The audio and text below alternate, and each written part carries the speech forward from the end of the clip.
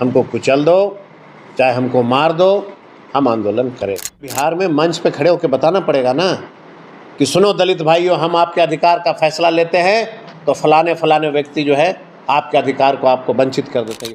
इसको 9वीं सूची में शामिल करवाने का प्रयास करिए तो ये सुप्रीम कोर्ट और हाई कोर्ट में अपील करने वाले लोग कौन? ये जनगणना में स्पष्ट हो गया कि 95% दलितों की हालात आज भी 70 वर्ष पूर्व के तरह। शुरुआत कौन करेगा? पिता ना।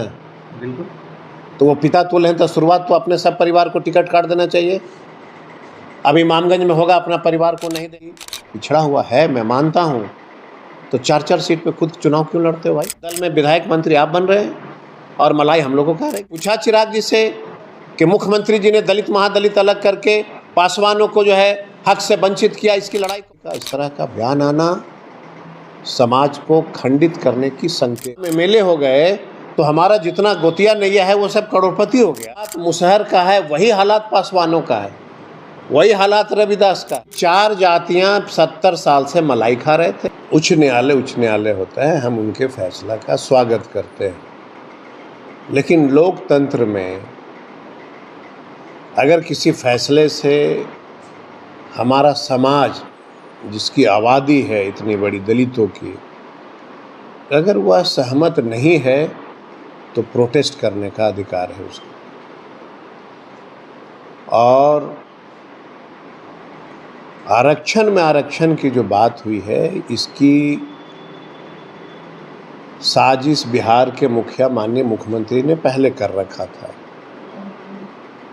दलित और महादलित, तो एक इसको यूं उदाहरण समझ लीजिए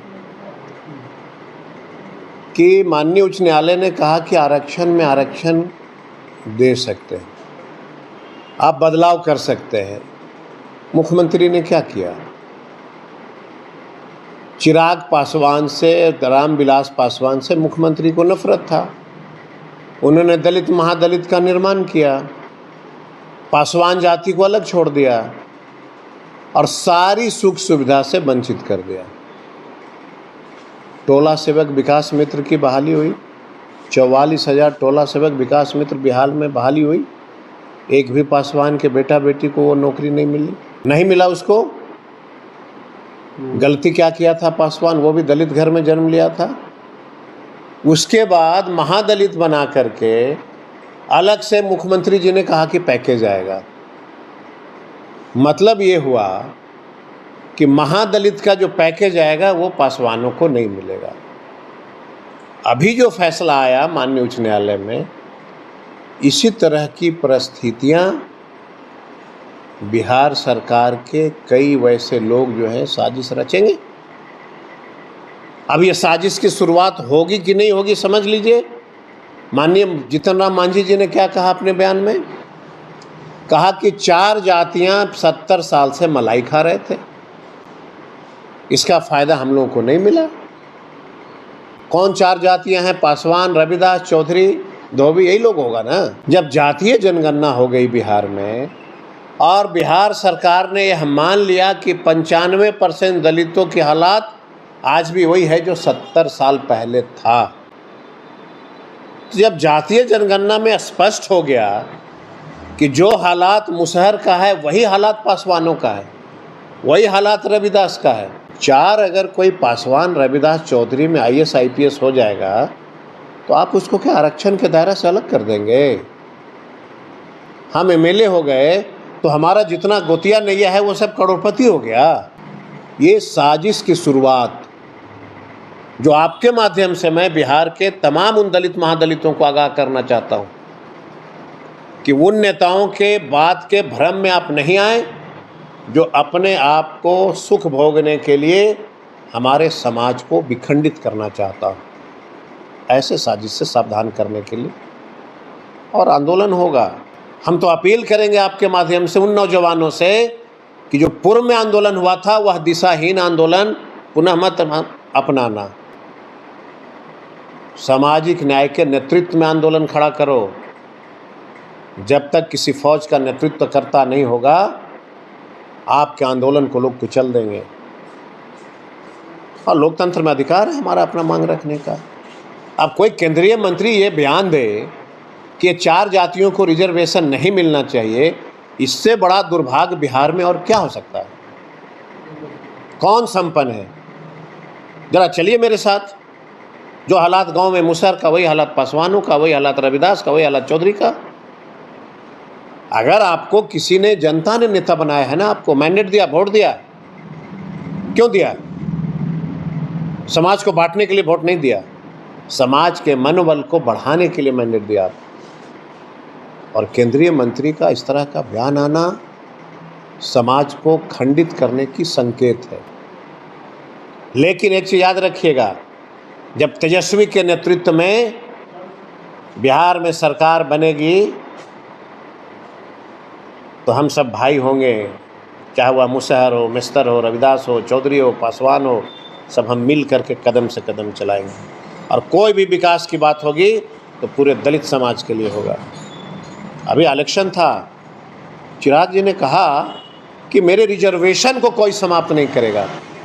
हम तो उन तमाम देश के मीडिया से पूछना चाहते हैं कि जो उनकी भाषण दिखाते हो देश में, कभी पूछा चिराग जी से कि मुख्यमंत्री जी ने दलित महादलित अलग करके पासवानों को जो है हक से वंचित किया, इसकी लड़ाई कौन लड़ेगा? ये फैसला आया कि रिजर्वेशन में रिजर्वेशन, मतलब जो सक्षम हो गया उसको हटा दो। ऐसा होता है? ऐसे नहीं चलने देंगे, लड़ाई होगी इसकी। बाबा भीमराव अंबेडकर ने ताकत दिया था कि वोट से अपने अधिकार को मांगो। मुझे कहते हुए बहुत दुख है कि बिहार के और देश के तमाम दलित भाइयों ने अपने अधिकार को छलनी किया है। अपने अधिकार, जो बाबा साहब ने अधिकार दिया था कि यह मत किसको मिलेगा, उसको दलितों ने ही छलनी कर दिया। अगर अपना मत का प्रयोग सामाजिक न्याय के योद्धाओं की ओर होता तो आज देश की यह हालात और बिहार में दलितों की यह हालात उत्पन्न नहीं होती। आज आंदोलन करने पे मजबूर नहीं होना पड़ता। आज 4 जातियों को रिजर्वेशन हटाने की मांग करने की हिम्मत किसी में नहीं होती। मैं तो इसकी निंदा करता हूँ। कैसे बोलने वाले लोग, जिन्होंने कहा कि 70 साल से आप लोग मलाई खा रहे थे। कौन खा रहा है 70 साल से? सबसे पुराना एमएलए आप है।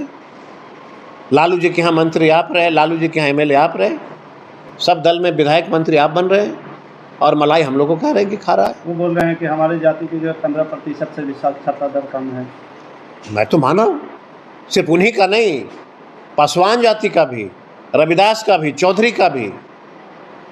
लेकिन आगे कौन बढ़ाएगा? आप दलित के नेता बने सिर्फ एक जाति के लिए क्या? हम एमएलए बने हैं सिर्फ पासवान के लिए बने हैं क्या? मेरे लिए सभी जाति धर्म के लोग बराबर हैं। जिनको जो सुविधा है सबको पूरा करना हमारी नैतिक जिम्मेवारी है। और अगर मुसहर जाति पिछड़ा हुआ है, मैं मानता हूँ, तो 4-4 सीट पे खुद चुनाव क्यों लड़ते हो भाई? अपने समाज के लोगों को क्यों नहीं इलेक्शन लड़ा रहे हो? लड़ाना चाहिए ना, कहने से नहीं होता है। त्याग की भावना होनी चाहिए, लड़ना चाहिए। नहीं, मांझी जी ये भी कह रहे थे कि जो लोग सुखी संपन्न हो गए, आगे बढ़ गए, जो है उनको पीछे वाले को चांस देना चाहिए। कौन देगा? शुरुआत कौन करेगा? पिता ने। बिल्कुल। तो वो पिता तो लें तो शुरुआत तो अपने सब परिवार को टिकट काट देना चाहिए। अभी इमामगंज में होगा, अपना परिवार को नहीं दे, हम देखते हैं। कथनी और करनी में बहुत अंतर होता है। ये जातीय जनगणना में स्पष्ट हो गया कि 95% दलितों की हालात आज भी 70 वर्ष पूर्व के तरह ही है। अब ये जिम्मेवारी किसकी है इसको आगे बढ़ाना? जो सरकार में मुख्यमंत्री हैं उनको, उनकी जिम्मेवारी है। रोड मैप तैयार करिए। और जब हम लोगों ने रोड मैप तैयार करके, जब हम लोगों ने कहा कि इसको 9वीं सूची में शामिल करवाने का प्रयास करिए, तो ये सुप्रीम कोर्ट और हाई कोर्ट में अपील करने वाले लोग कौन हैं? मुख्यमंत्री ने कहा कि तो हम फैसला ले लेते हैं। तो आप जब भी कोई दलितों के प्रति फैसला लेते हैं तो न्यायालय में जाके रुक कहे जाता है भाई? कौन लोग हैं? पूरे बिहार में मंच पे खड़े होकर बताना पड़ेगा ना कि सुनो दलित भाइयों, हम आपके अधिकार का फैसला लेते हैं तो फलाने फलाने व्यक्ति जो है आपके अधिकार को आपको वंचित कर देते हैं। ये कौन बताएगा लोगों को? तो सदन से लेके सड़क तक हम लोगों ने कहा, और सदन में मुख्यमंत्री ने कहा कि हमने किया। अब जो है सदन जब बंद हो गई तो उनके एक मंत्री ने कहा कि नियमों बना कब था कि कैंसिल हो गया।